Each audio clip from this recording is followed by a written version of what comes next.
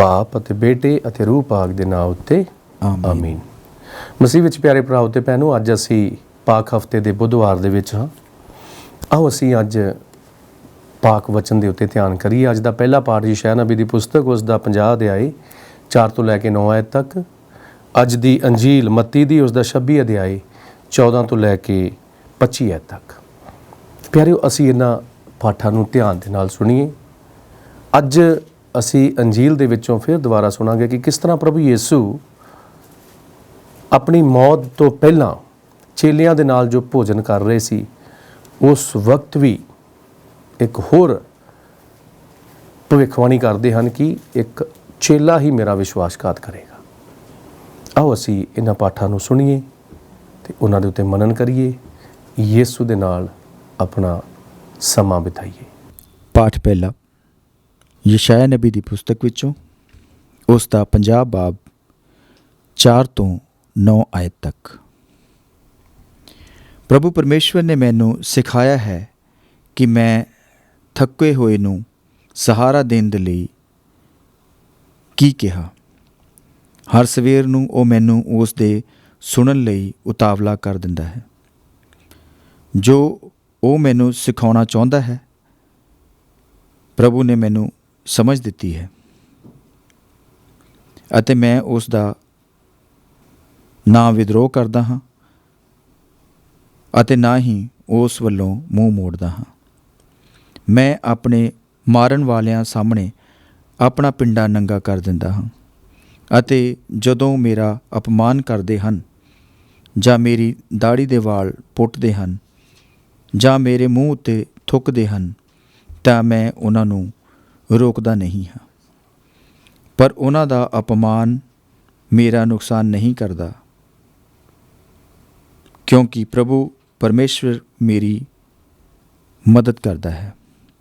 ਇਸ ਲਈ ਮੈਂ ਉਸ ਅਪਮਾਨ ਨੂੰ ਝੱਲਦਾ ਹਾਂ। ਮੈਂ ਜਾਣਦਾ ਹਾਂ ਕਿ ਮੈਂ ਸ਼ਰਮਿੰਦਾ ਨਹੀਂ ਹੋਵਾਂਗਾ, ਕਿਉਂਕਿ ਪਰਮੇਸ਼ਵਰ ਨੇੜੇ ਹੈ ਅਤੇ ਉਹ ਮੈਨੂੰ ਨਿਕਲੰਕ ਸਿੱਧ ਕਰੇਗਾ। ਕੀ ਕੋਈ ਮੈਨੂੰ ਦੋਸ਼ੀ ਸਿੱਧ ਕਰ ਸਕਦਾ ਹੈ? ਤਾਂ ਆਓ ਅਸੀਂ ਅਦਾਲਤ ਵਿੱਚ ਚੱਲੀਏ ਅਤੇ ਉਸ ਨੂੰ ਮੇਰੇ ਵਿਰੁੱਧ ਸਬੂਤ ਲਿਆਉਣ ਦਿਓ। ਪ੍ਰਭੂ ਪਰਮੇਸ਼ਵਰ ਆਪ ਮੇਰਾ ਬਚਾਅ ਕਰੇਗਾ, ਫਿਰ ਮੈਨੂੰ ਦੋਸ਼ੀ ਕੌਣ ਠਹਿਰਾ ਸਕਦਾ ਹੈ? ਉਹ ਸਭ ਉਸ ਕੱਪੜੇ ਦੇ ਵਾਂਗ ਨਾਸ਼ ਹੋ ਜਾਣਗੇ ਜਿਸ ਨੂੰ ਕੀੜਾ ਖਾ ਜਾਂਦਾ ਹੈ। ਇਹ ਪ੍ਰਭੂ ਦੀ ਪਾਕ ਬਾਣੀ ਹੈ। ਖੁਦਾ ਦਾ ਸ਼ੁਕਰ ਹੋਵੇ। ਪ੍ਰਭੂ ਤੁਹਾਡੇ ਨਾਲ ਹੋਵੇ ਅਤੇ ਤੁਹਾਡੀ ਰੂਹ ਨਾਲ ਵੀ ਹੋਵੇ। ਪਾਠ ਪਵਿੱਤਰ ਅੰਜੀਲ ਮੱਤੀ ਦੇ ਅਨੁਸਾਰ। ਤੇਰੀ ਵਡਿਆਈ ਹੋਵੇ ਐ ਪ੍ਰਭੂ। ਤਦ 12 ਵਿੱਚੋਂ ਇੱਕ, ਜੋ ਯਹੂਦਾ ਇਸਕਰਿਓਤੀ ਅਖਵਾਉਂਦਾ ਸੀ, ਮਹਾਂਪੁਰੋਹਿਤਾਂ ਦੇ ਕੋਲ ਗਿਆ ਅਤੇ ਕਿਹਾ, ਜੇਕਰ ਮੈਂ ਉਸ ਨੂੰ ਤੁਹਾਡੇ ਹੱਥਾਂ ਵਿੱਚ ਦੇ ਦੇਵਾਂ ਤਾਂ ਤੁਸੀਂ ਮੈਨੂੰ ਕੀ ਦੇਵੋਗੇ? ਉਹਨਾਂ ਨੇ ਉਸ ਨੂੰ ਚਾਂਦੀ ਦੇ 30 ਸਿੱਕੇ ਦਿੱਤੇ। ਉਸੇ ਪਲ ਤੋਂ ਉਹ ਉਸ ਨੂੰ ਦਗੇ ਨਾਲ ਫੜਾਉਣ ਦੇ ਲਈ ਮੌਕਾ ਭਾਲਦਾ ਰਿਹਾ। ਹੁਣ ਬੇਖਮੀਰੀ ਰੋਟੀ ਦੇ ਪਹਿਲੇ ਦਿਨ ਚੇਲੇ ਇਹ ਕਹਿੰਦੇ ਹੋਏ ਯਿਸੂ ਕੋਲ ਆਏ, ਤੁਸੀਂ ਕਿੱਥੇ ਚਾਹੁੰਦੇ ਹੋ ਕਿ ਅਸੀਂ ਤੁਹਾਡੇ ਲਈ ਪਾਸਕਾ ਭੋਜਨ ਖਾਣ ਦੀ ਤਿਆਰੀ ਕਰੀਏ? ਉਸਨੇ ਉਹਨਾਂ ਨੂੰ ਕਿਹਾ, ਸ਼ਹਿਰ ਵਿੱਚ ਫਲਾਣੇ ਆਦਮੀ ਕੋਲ ਜਾਓ ਅਤੇ ਉਸ ਨੂੰ ਕਹੋ, ਗੁਰੂ ਜੀ ਕਹਿੰਦੇ ਹਨ, ਮੇਰਾ ਸਮਾਂ ਨੇੜੇ ਹੈ, ਮੈਂ ਆਪਣੇ ਚੇਲਿਆਂ ਦੇ ਨਾਲ ਤੁਹਾਡੇ ਘਰ ਵਿੱਚ ਪਾਸਕਾ ਮਨਾਵਾਂਗਾ। ਚੇਲਿਆਂ ਨੇ ਉਸੇ ਤਰ੍ਹਾਂ ਕੀਤਾ ਜਿਸ ਤਰ੍ਹਾਂ ਯਿਸੂ ਨੇ ਉਹਨਾਂ ਨੂੰ ਆਦੇਸ਼ ਦਿੱਤਾ ਸੀ ਅਤੇ ਉਹਨਾਂ ਨੇ ਪਾਸਕਾ ਦੀ ਤਿਆਰੀ ਕੀਤੀ। ਜਦੋਂ ਸ਼ਾਮ ਹੋਈ ਤਾਂ ਉਹ 12 ਚੇਲਿਆਂ ਦੇ ਨਾਲ ਭੋਜਨ ਕਰਨ ਦੇ ਲਈ ਬੈਠਿਆ। ਜਦੋਂ ਉਹ ਖਾ ਰਹੇ ਸਨ, ਉਸ ਨੇ ਕਿਹਾ, ਮੈਂ ਤੁਹਾਨੂੰ ਸੱਚ ਕਹਿੰਦਾ ਹਾਂ, ਤੁਹਾਡੇ ਵਿੱਚੋਂ ਇੱਕ ਮੇਰੇ ਨਾਲ ਦਗਾ ਕਰੇਗਾ। ਉਹ ਸਾਰੇ ਬਹੁਤ ਹੀ ਉਦਾਸ ਹੋ ਗਏ ਅਤੇ ਇੱਕੋ ਇੱਕ ਕਰਕੇ ਉਸ ਨੂੰ ਪੁੱਛਣ ਲੱਗੇ, ਪ੍ਰਭੂ ਜੀ, ਕੀ ਉਹ ਮੈਂ ਹਾਂ? ਉਸਨੇ ਉੱਤਰ ਦਿੱਤਾ, ਜਿਸ ਨੇ ਆਪਣਾ ਹੱਥ ਮੇਰੇ ਨਾਲ ਥਾਲੀ ਵਿੱਚ ਡੁਬੋਇਆ ਹੈ, ਉਹ ਮੇਰੇ ਨਾਲ ਦਗਾ ਕਰੇਗਾ। ਮਨੁੱਖ ਦਾ ਪੁੱਤਰ ਤਾਂ ਉਸੇ ਤਰ੍ਹਾਂ ਜਾਂਦਾ ਹੈ ਜਿਸ ਤਰ੍ਹਾਂ ਉਸ ਦੇ ਬਾਰੇ ਲਿਖਿਆ ਹੈ, ਪਰ ધિੱਕਾਰ ਹੈ ਉਸ ਆਦਮੀ ਤੇ ਜਿਸ ਦੇ ਰਾਹੀਂ ਮਨੁੱਖ ਦੇ ਪੁੱਤਰ ਦਾ ਵਿਸ਼ਵਾਸਘਾਤ ਕੀਤਾ ਜਾਏ। ਉਸ ਆਦਮੀ ਲਈ ਇਹ ਚੰਗਾ ਹੁੰਦਾ ਜੇਕਰ ਉਹ ਪੈਦਾ ਹੀ ਨਾ ਹੁੰਦਾ।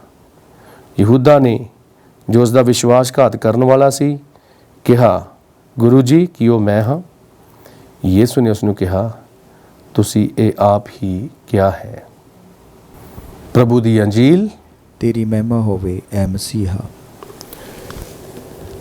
ਮਸੀਹ ਵਿੱਚ ਪਿਆਰੇ ਭਰਾਓ ਤੇ ਭੈਣੋ, ਆਓ ਅਸੀਂ ਅੱਜ ਪਾਕ ਅੰਜੀਲ ਦੇ ਉੱਤੇ ਥੋੜਾ ਮਨਨ ਕਰੀਏ। ਮਨਨ ਕਰਨ ਤੋਂ ਪਹਿਲਾਂ ਮੈਂ ਤੁਹਾਨੂੰ ਇੱਕ ਸਵਾਲ ਪੁੱਛਣਾ ਚਾਹੁੰਦਾ ਹਾਂ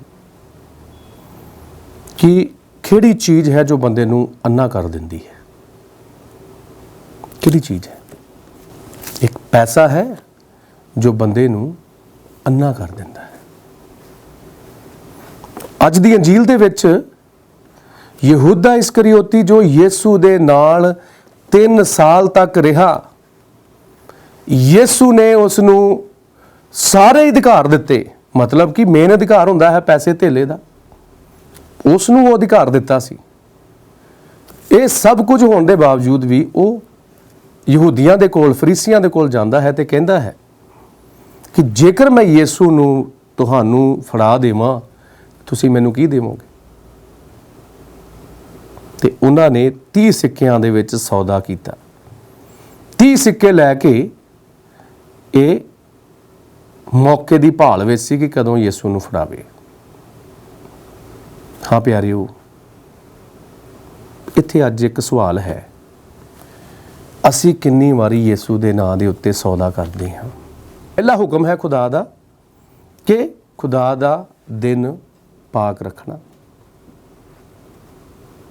ਇੱਕੋ ਖੁਦਾ ਹੈ, ਉਸੇ ਇਕੱਲੇ ਦੀ ਬੰਦਗੀ ਤੇ ਉਸ ਨੂੰ ਸਿਜਦਾ ਕਰਨਾ। ਤੇ ਤੀਸਰਾ ਹੁਕਮ ਹੈ ਖੁਦਾ ਦਾ ਦਿਨ ਪਾਕ ਰੱਖਣਾ, ਉਹਦੇ ਵਿੱਚ ਬਦਨੀ ਮਿਹਨਤ ਦਾ ਕੰਮ ਕਾਜ ਨਹੀਂ ਕਰਨਾ ਹੈ। ਹੁਣ ਜਦੋਂ ਸਾਨੂੰ ਪ੍ਰਭੂ ਯਿਸੂ ਦੇ ਉਸ ਦਿਨ ਨੂੰ ਪਵਿੱਤਰ ਰੱਖਣ ਦਾ ਮੌਕਾ ਮਿਲਦਾ ਹੈ ਤੇ ਅਸੀਂ ਕਈ ਵਾਰੀ ਥੋੜ੍ਹੇ ਪੈਸਿਆਂ ਦੇ ਲਈ ਪ੍ਰਭੂ ਦੇ ਉਸ ਦਿਨ ਨੂੰ, ਪ੍ਰਭੂ ਦੀ ਉਸ ਸਿੱਖਿਆ ਨੂੰ ਅਸੀਂ ਠੁਕਰਾ ਦਿੰਦੇ ਹਾਂ। ਯਹੂਦਾ ਇਸਕਰਿਓਤੀ ਨੇ ਵੀ ਇੱਕ ਵੱਡੇ ਪੱਧਰ ਦੇ ਉੱਤੇ ਯਿਸੂ ਨੂੰ ਠੁਕਰਾ ਦਿੱਤਾ ਸਿਰਫ 30 ਸਿੱਕਿਆਂ ਦੇ ਲਈ। ਪਿਆਰਿਓ, ਅੱਜ ਆਪਣੇ ਆਪ ਨੂੰ ਅਸੀਂ ਪੁੱਛੀਏ ਕਿ ਮੈਂ ਇਮਾਨਦਾਰ ਚੇਲਾ ਹੈਗਾ? ਕੀ ਮੈਂ ਯਿਸੂ ਨੂੰ ਸੱਚਮੁੱਚ ਦਿਲੋਂ ਪਿਆਰ ਕਰਦਾ?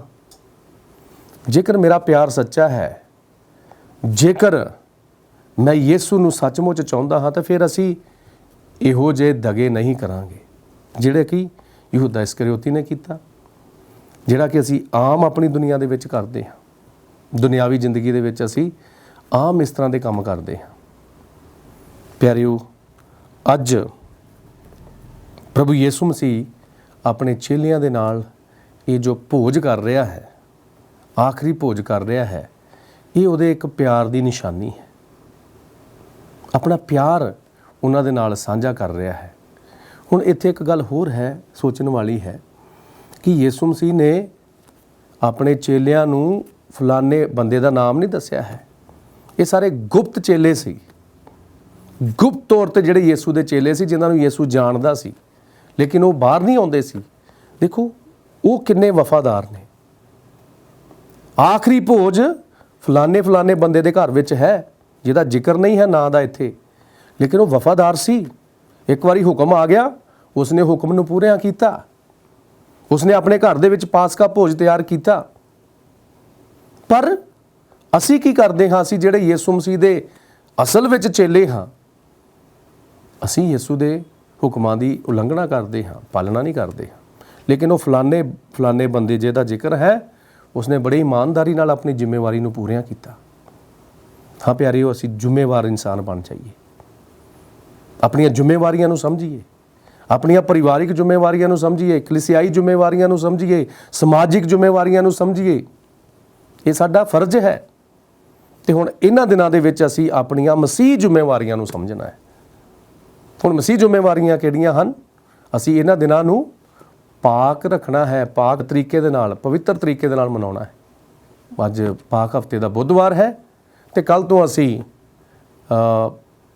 ਪਾਕ ਹਫ਼ਤੇ ਦੇ ਜਿਹੜੇ 3 ਅਹਿਮ ਦਿਨ ਹਨ, ਉਹਨਾਂ ਦੇ ਵਿੱਚ ਅਸੀਂ ਹੁਣ ਦਾਖਲ ਹੋਣ ਵਾਲੇ ਹਾਂ। ਇਸ ਕਰਕੇ ਇਹ ਦਿਨ ਅਸੀਂ ਜ਼ਿੰਮੇਵਾਰੀ ਦੇ ਨਾਲ, ਕਿ ਮਸੀਹ ਹੋਣ ਦੇ ਨਾਤੇ ਜ਼ਿੰਮੇਵਾਰੀ ਦੇ ਨਾਲ ਇਹਨਾਂ ਦਿਨਾਂ ਨੂੰ ਮਨਾਈਏ, ਖੁਦਾ ਦੀਆਂ ਬਰਕਤਾਂ ਨੂੰ ਹਾਸਲ ਕਰੀਏ। ਖੁਦਾ ਸਾਨੂੰ ਸਾਰਿਆਂ ਨੂੰ ਬਰਕਤ ਦੇਵੇ।